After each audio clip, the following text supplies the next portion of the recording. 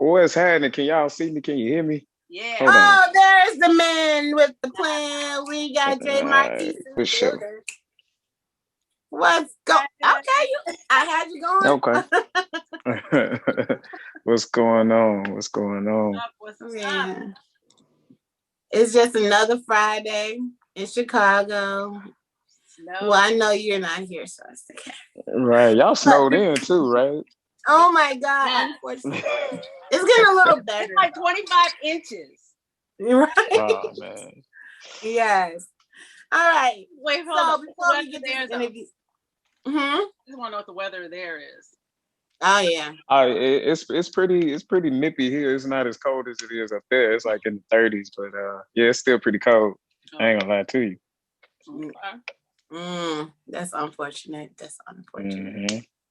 So before we get your interview going, we got to let the people know who you are, why you're here. So let's do that. I just want to welcome you to the show. And for those of you who are just tuning in, we are now about to interview Mr. Dre Marquis. I said Marquis right?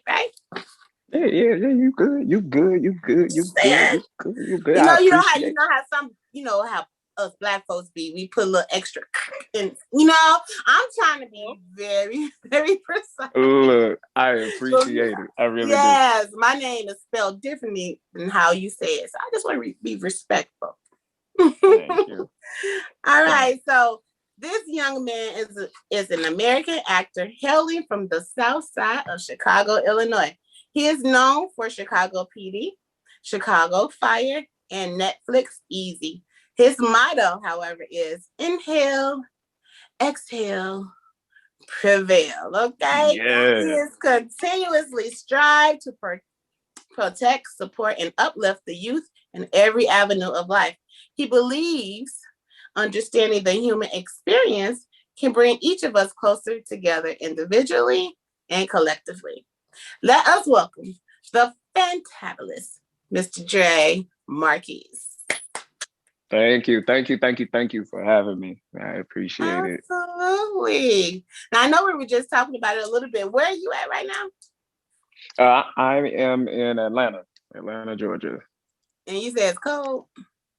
Yeah, it's pretty cool. It's not bad. It's not terrible. You know what I'm saying? But yeah, it's better than Chicago weather. Yeah, because I was definitely about to get on you about that. Like, you are from Chicago. Mm-hmm. Shame on you. Out there down south talking about we over here with snow to our elbows. Okay. You over there talking about it's look, cool. Cold is cold. Cold is cold. I don't care where you at. Cold is cold. And it is cold. That's awesome. So before we get into all of the acting and all the skills and how you got there. Well, no, we're actually about to get to how you got there. Let's tell the people a little bit more about your beginning, like when you was here in Chicago as a itty bitty boy.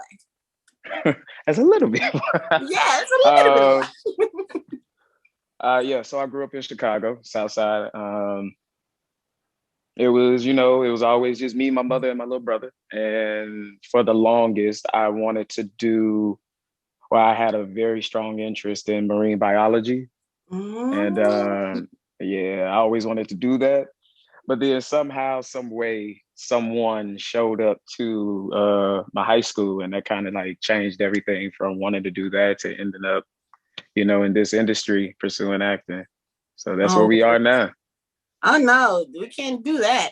Who showed up to your school and what did they do to just make you say, you know what, I'm not going to do marine biology, which I mean is totally different from acting. These are two different worlds.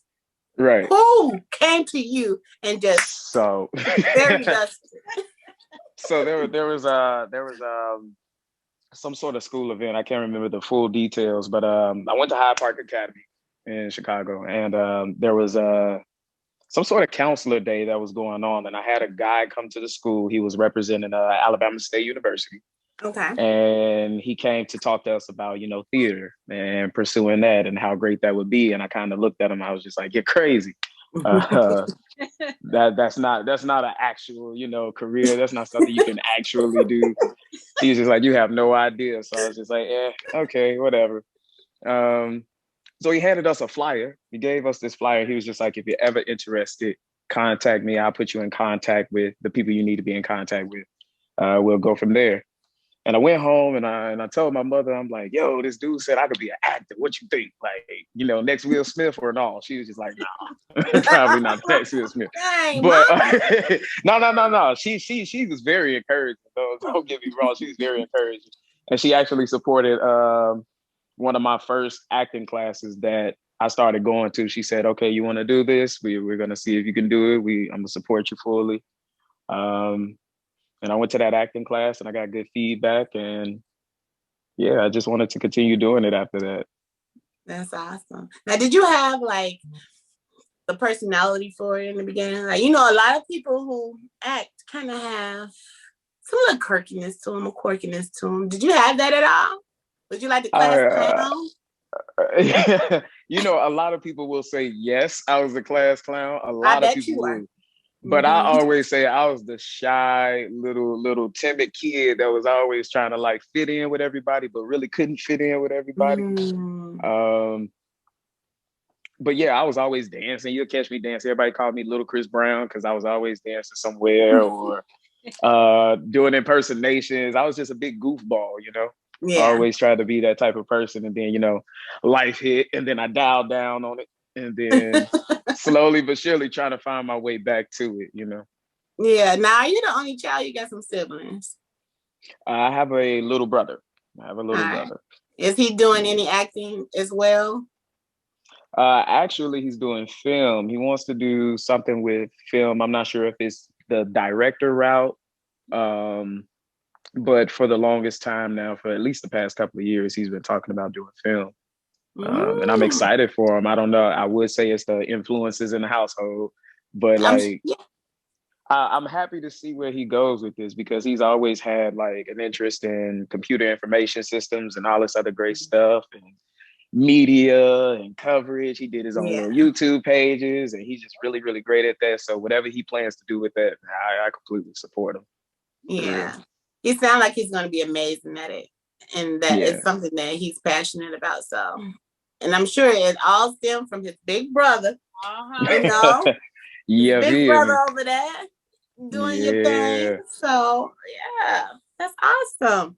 Now, how long did you stay in Chicago, or did you start acting before Atlanta, or what's happening? Like, when did acting start? So for me, acting really, really, truly started my junior year of undergrad. My first 2 years, I was a big party promoter, so I was always in the club, hanging out with everybody, doing my thing. And then junior year came around, and I'm like, oh yeah, I have to graduate eventually, so I might want to go to class or something.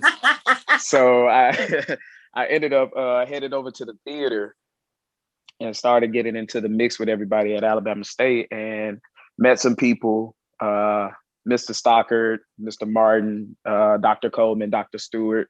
A lot of these names, like we've seen them on different things in the heat of the night and all these other great shows, but they were my professors. And I got real accustomed to being over there. And that's when acting really took off. Then we did The Color Purple. We started doing King Richard III. We did a few projects and it just made me say, okay, this is what I want to do. This is what I'm doing. Let's do it. That's awesome. And you know, a lot of people want to do acting, you know, or think that they could because it looks easier than what it really is, you know? So what was some struggles that you had to face trying to break into the acting world though? Like, you had to take a lot of no's, a lot of hard criticism. I mean, no is always, you're going to hear no so much. And no, to me, over time, I've learned that no isn't a no. It isn't a hard no. It's just a not right now or not for this project, right? Something better is on the way. So instead of like sulking like I used to be like, no, I'm the best thing y'all. No, it's more like remove that and be like, okay, cool. Maybe just not for this. Maybe just not right now. But instead of like constantly trying to book the role, one thing artists need to learn is to always try to book the room. It's not about who you know, it's about who they know. So the more you try to stay in tune with You know, people day to day make genuine connections. You'll be back in the room because of who you are as a person. And I've learned that that's what's most important in this industry. And the reason why I'm able to say that is because me, Dre, who, if you don't know, if you don't follow me on here, if you don't know me in person, my ego is, I'm working on it, right? And there's this thing where I constantly hear like, remove the ego, remove the ego, remove the ego. And it's important to remove the ego because there's always a learning moment, right? You always have an opportunity to learn. There's a lot, there's a lot, other people know that I need to learn how to take in and embrace. And a lot of times I don't do that. A lot of times we all don't do that, but that's okay. It's a work in progress.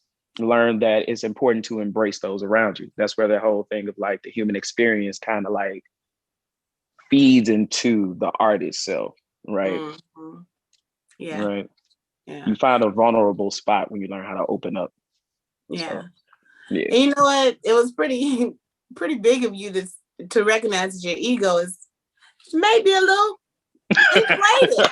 You know, Yeah. inflated. And a lot of people just won't acknowledge that. But that can get in the way, especially in acting, because like you said, you have to book the room. You're not the role, which is a very, very important statement for a lot of actors to understand. Now, I know that because acting can be a little bit discouraging sometimes for those who don't know how to receive that no and work with that, right? Was there any point where you just wanted to just stop and be like, you know what? I'm too good for this, I quit. Several times, excuse me. Yes, several times I have sat up and just said, I want to quit. I want to quit. Maybe this isn't what, maybe I should go to marine biology. Maybe I should, pick up that serving job and just try to, get my house and my car and just live life. But then I always think about like,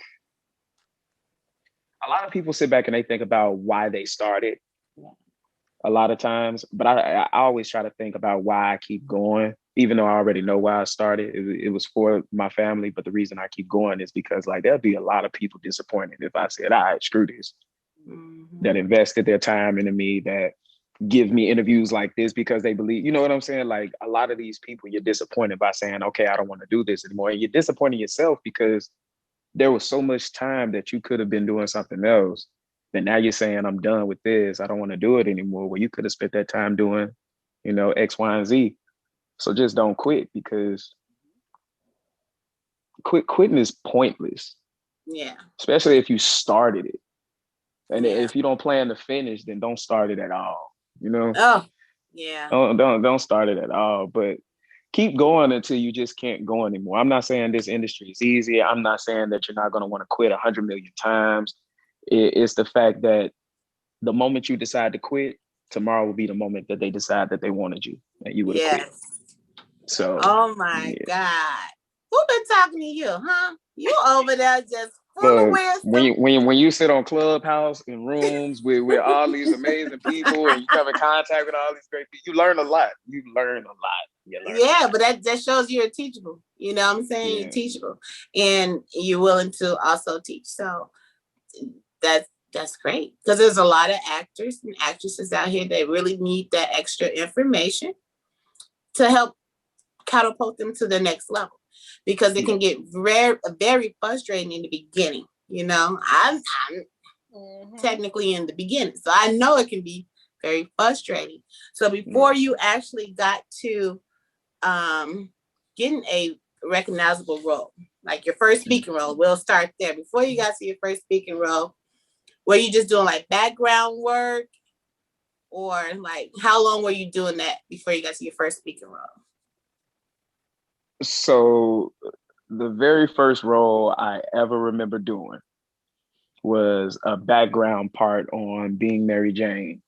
I was down at Alabama State University and I was online, doing, everything I can to try to find a role.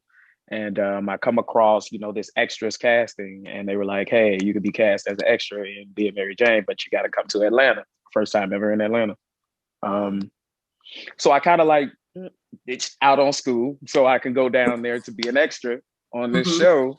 And it was really great. We were in Piedmont Park, and Gabrielle Union was there, and there were a bunch of other people there.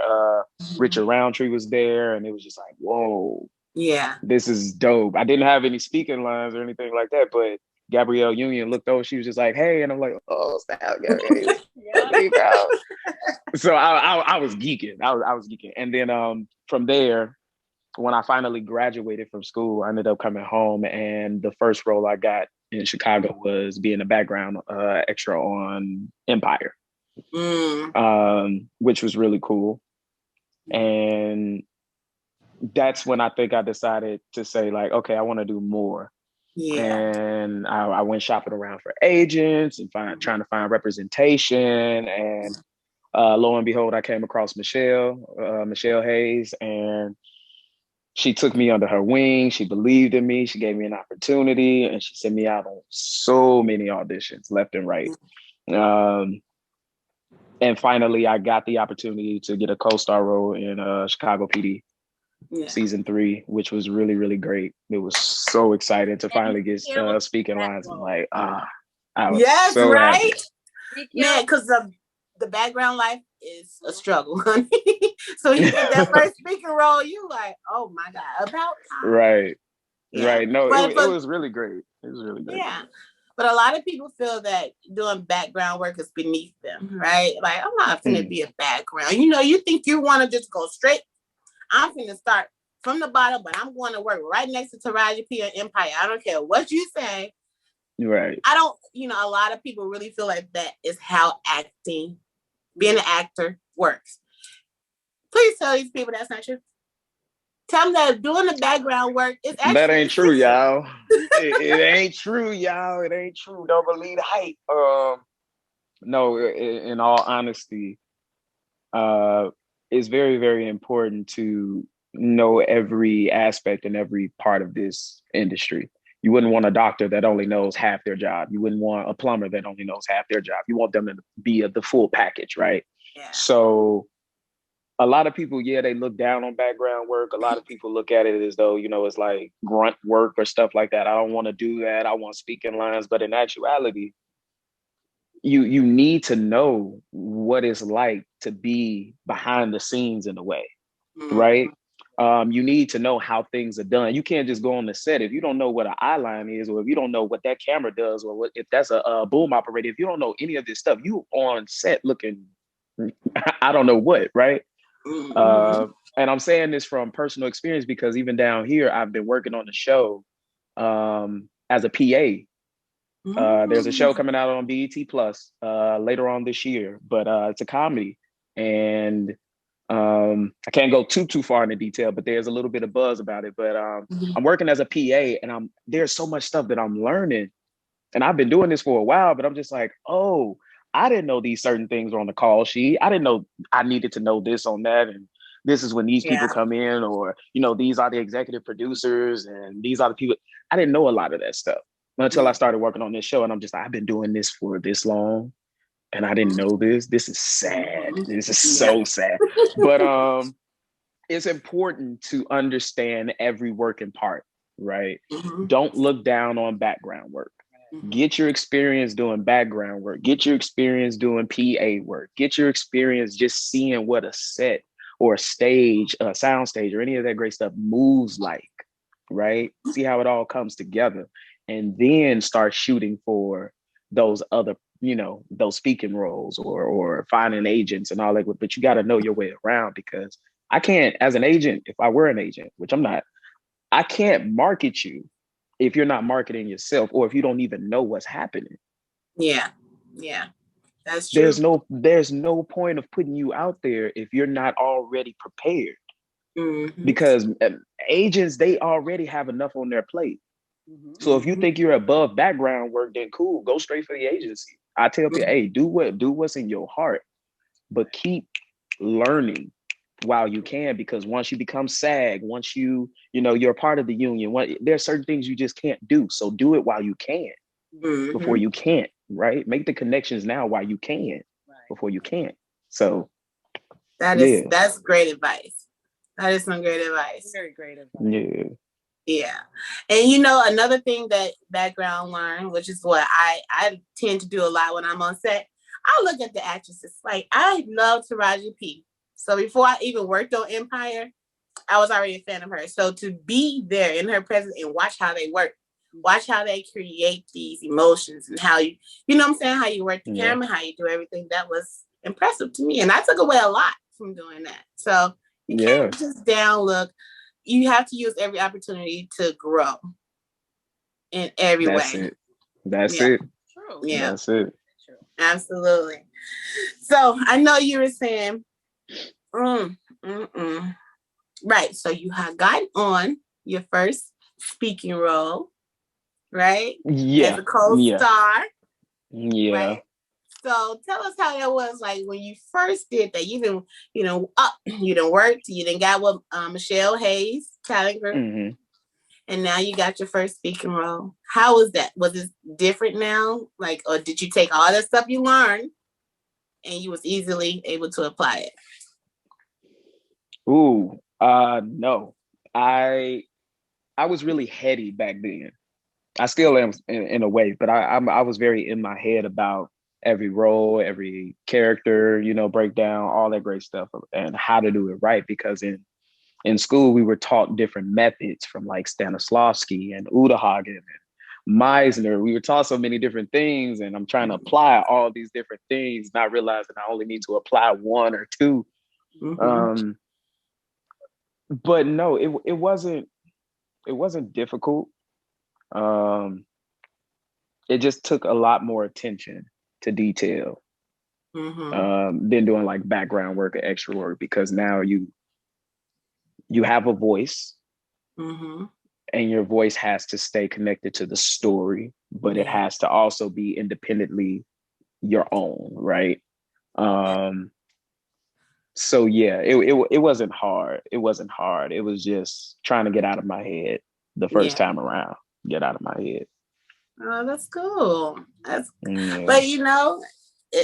think, like I said, you're just gonna always be learning in every situation. But I think that you did a great job. Thank you. So it must have worked. It must have worked. Yeah. You're doing amazing. Yeah. So yeah. Now I have another question that I'm sure a lot of people want to know. How did you get with Michelle? I mean, like, did you have to do a reel? Did you have to have a resume? Like, what are some things that people want to get with an agency that they need to have and to know?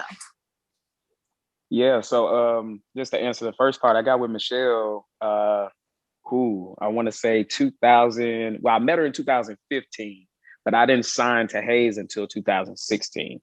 Okay. And when I met her, she asked me about headshots, she asked me about resume, all this great stuff. Now, mind you, I had that stuff, but my cousin Ray and Brunetta took my headshots, and then like resume was kind of like, but I still was like, I'm gonna keep coming at you until you give me a shot. Like, that's all I kept telling her. I'm gonna keep coming at you. And one day she gave me the opportunity of a lifetime, and she stuck me in a room and she gave me a script. She said, "You're gonna do a code read." And I said, "Okay, cool. Don't really know what that is, but I'm gonna try it anyway." So I went in. I just tried to dissect a little bit that I could, because I only had like 10 minutes before I had to stand in front of this woman and try to make sure I'm doing this right. And I got in the room and I was shaking. I was nervous. But somehow I made it through. And the next day I got an email that said, we want to sign you. And that just, it made my whole life. I got real big headed then. I got so big headed.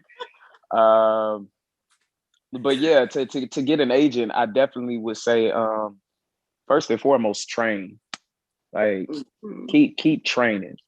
This whole thing about marketing, that's what this industry is. Everybody's marketing somebody else or trying to pitch somebody else. Keep training. Keep working on your craft. Because no agent wants to look at anybody that doesn't have extensive training. Get headshots done. Professional headshots. Don't go to my cousin Ray and Brunetta and get some good quality headshots. And get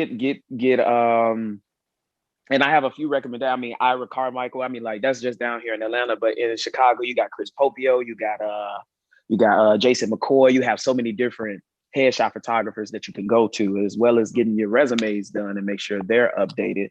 And Sarai Quinice, you can find her on Instagram. She does resumes. She hooks everybody resumes up, and I'm just going to shout her out because she does a great job. She's done mine. But headshot resume, if you have a reel, that's cool. And agents really look at referrals, a lot of them. So if they have somebody on their roster that's really well known, or they're always booking, and they come in, they're like, hey, John over here is a great person. I just want to say, sign him, see what he's about. Mm-hmm. And then, yeah, that'll get them in the door that way. But just keep training, headshot and resume, and never stop pitching yourself. Even if they don't respond in the first 2 weeks you done sent it, give it a little bit of time. They got a whole bunch of submissions. Give it about a month. Hit them back up. Hey, just trying to touch base with you again. Just keep them on the radar. Let them know that you're around, but don't be overbearing with it. That's how you get attention. Awesome. And again, genuine relationship. If I don't say anything else, if you want an agent, if you want to work in this industry, be genuine with everything you're doing. You ain't got to be all, hey, how you doing? You're great. No, seriously, be you, but also understand that the person that's across from you is also human. They're also going through things. They're also trying to deal with stuff. So ask them, how's your day? You good? You need anything? You straight? Cool. Bet. Mm-hmm. Now we're building that relationship that we need, right? So yeah, that's great advice. Yeah. You gotta sell the whole package, not just your pretty face, your handsome face, your physique, your voice. You have to sell your entire package. Your personality definitely matters. You go around being a little bully, they see you and hold you. They see you on set when they say, go over there for a minute. They see all that. So you got to make sure you are presenting yourself properly, people. Because I just seen some stuff on set. I was like, what the heck? What is happening? Right? I'm like, okay. So, yeah. All right. Well, what is it else that we need to know? Because you got a lot going on. Let's talk about your projects you've been on, right? We know you're known for Chicago PD, Chicago Fire, and Netflix Easy. Out of those, which ones was like your favorite and why? Ooh, out of those, my favorite. My favorite would be the Chicago Fire episode. If I were to choose between the ones that were listed there, I have an overall favorite project, but it wasn't listed in that category. We gonna get to it. Yeah. We gonna get to it. But it would be Chicago Fire. I feel like that was the one project where I was really tapped in and on top of things, and was determined to understand and make a good impression. Make a good impression. Why did you feel like you had to do that with Chicago Fire? Why Chicago Fire? Well, I mean, that was my very first guest star role, right? Which was a step above co-star, and it was just like, whoa, the pressure's really on. So I felt like I had a due diligence that I had to make sure, like, to stay on top of things, to make sure that I'm doing what I need to do when I got there, understanding what's happening. It was just important to me to make sure that I didn't come in lazy or lackadaisical. I wanted to make sure that I was right there with everybody else who's in here doing this every single day. Mm-hmm. Yeah, you are standing against some big people, like some big name individuals who's been in the game for years. You know? Like, you stand next to them, you get a little nervous, and you're up there doing your thing right next to them. So that says a lot. And I know that ego went, you got a little big. Just a little bit. Listen, I need somebody to take a safety pin and just pop that, just pop it, please. He said, "Pop it, please." Yeah, just pop it, please, because ego can really get in your way, and I just constantly emphasize that or reiterate that because it's true. Ego can definitely ruin a lot, and not just in this industry, but in life. Yeah, in life. Absolutely, absolutely. Okay, well, what was that favorite project that you worked on? I forget about that. My favorite project would have to be 71 Seconds. It's a short film. And it was directed by Jasmine Bryant, who's an incredible director, writer, producer. Like she does it all. And 71 Seconds is a short film that is dedicated to Trayvon Martin. So that's basically what, we had a small screening for it a while back, and that's the film in general. And it's one of my favorite projects because I've always been interested in those type of like stories, like the stories about Trayvon, the stories about Emmett Till, the stories about, Sandra Bland and all these different names that people need to start like continuously talking about. Absolutely. There needs to be like films and projects and music videos, and I don't care how uncomfortable it makes it. I want y'all to see like these are our stories, these are our people, these are our brothers and our sisters and all that great stuff. So 71 Seconds was by far one of my favorite projects that I've ever had the privilege and honor to be working on. So yeah, shout out to Jasmine, shout out to everybody, the entire cast and crew. JP Ramsey, like we came through, it was just great. It was so great. It was really so great. What'd you say, Marva? It was good. It was deep, and I mean, he killed it. I mean, every role that Dre does, he just kills it. He just kills it. Yeah, that's true. For a very long time. You just didn't know it. See, I can just imagine what Dre's thinking right now. No, you have really got to his lives. You have got to watch his lives. I be like, you be cutting up, Dre. That's he. I be cutting up. You be cutting up. I like to stir the pot. I like to have fun because I mean, like it's. I'm one of those people that sit back and I watch and I just observe and I see how people come at one another. I see how I come at other people. I just see it all, and sometimes it's funny to me, and sometimes to get the reactions that I get, like I'll say something. A lot of times people feel like it's being directed towards, either a man or a woman, but it's never really that. I attack both because there's stuff wrong with men, there's stuff wrong with women. I'm gonna call it what it is. And it's just interesting to see the responses that come about, and I'm just like, wow. So that's what makes me react a lot of times to it. I'm just like, wow, I can't believe this person said this or they thought like this. Sheesh. Then I respond, and they don't like my response, and there's a whole fiasco. I'm like, okay, I'd rather give you the hard truth than an uncomfortable lie. You know what I'm saying? Exactly. Right. Yeah. Right. Did you start a room yet on Clubhouse? Like your own room yet?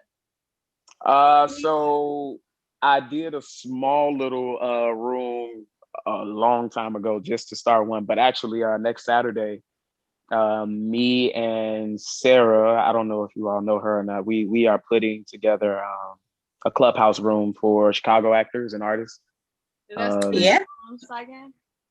Yeah. The need to know. She was on the show already. She started off the show back in November. She was our first guest. Okay. Yeah.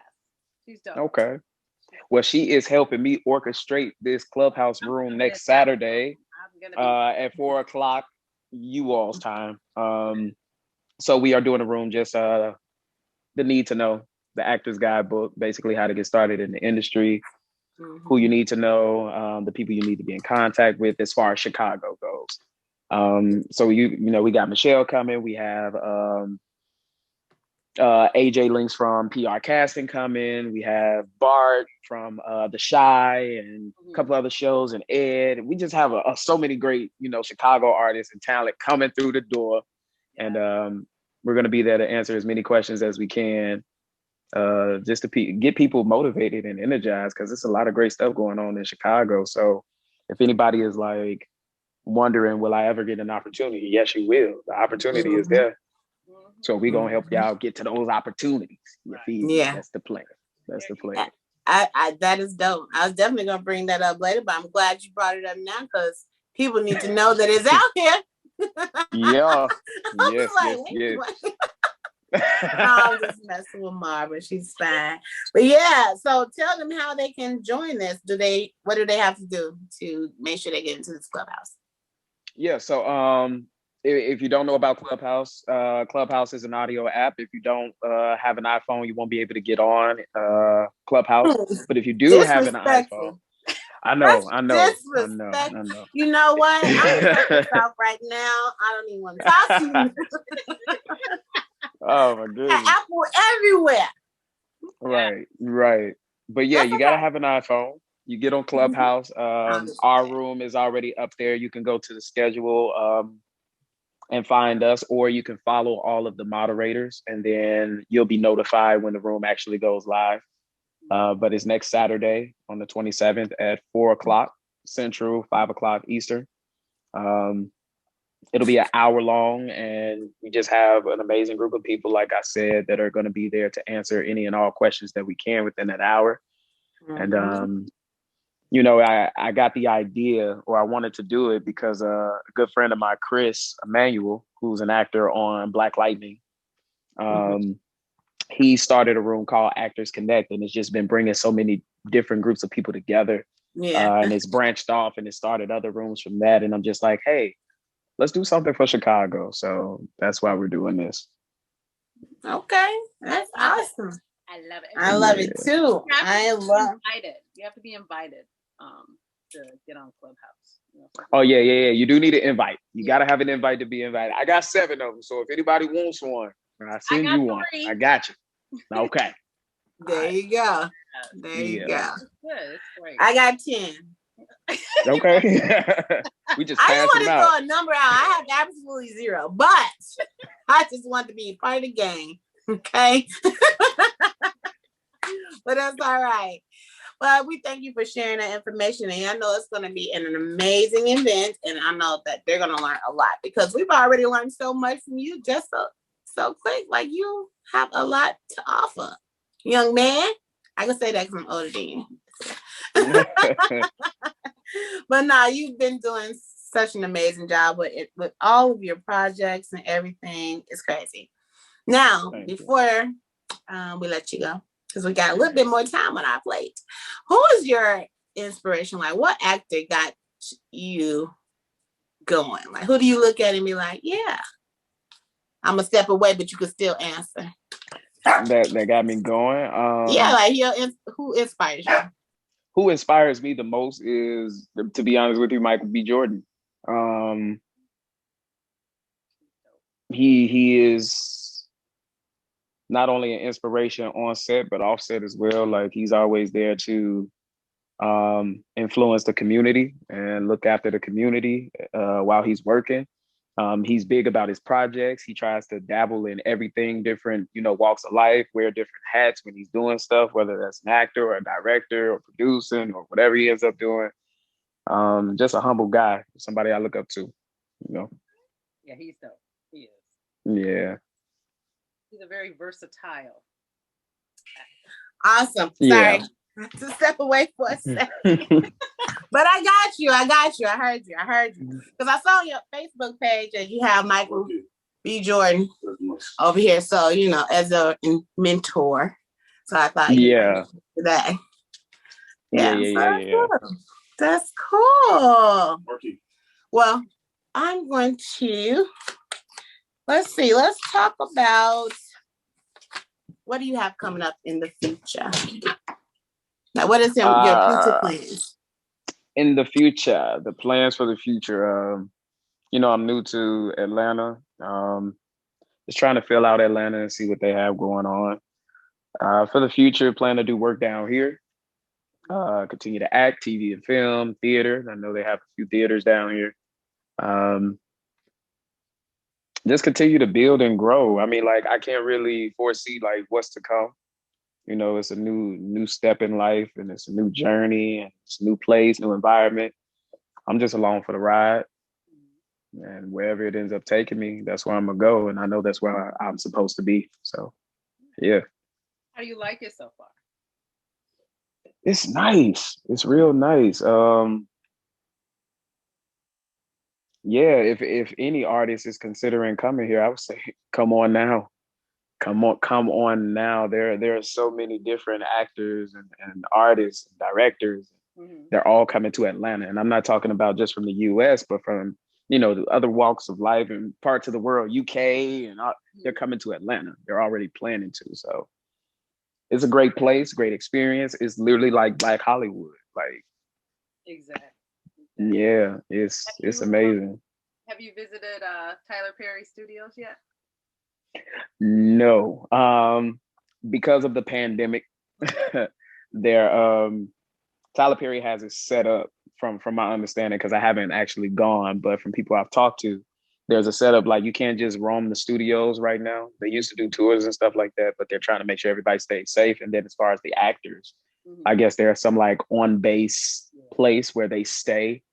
So they have to be there to like quarantine themselves before they film and all that other great stuff. But I plan to go and check it out. That's definitely the plan. Is it far from you where you're located, the studios? No, it's 7 minutes from where I stay. I think literally like 7 minutes. Yeah. Wow. Okay. Yeah. Nice. Yeah. So I have never been to Atlanta. I need to come down there. But Oh yeah. I definitely want to check out Tyler Perry. I want to be working on there. Look, she said, I want to be next to Tyler Perry on that stage. I see it. I see it. Exactly. I see it. Exactly. Now I have a question.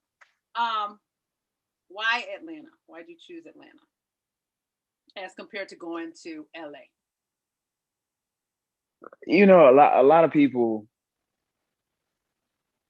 they get asked where you headed. A lot of people say LA. That's the first place they want to go. Let's go straight to LA. Exactly. Not realizing that you're about to be in LA with 100,000 other people that want to do the same thing you want to do. You're in LA with I don't know, tens of thousands of different little casting offices and things of that sort.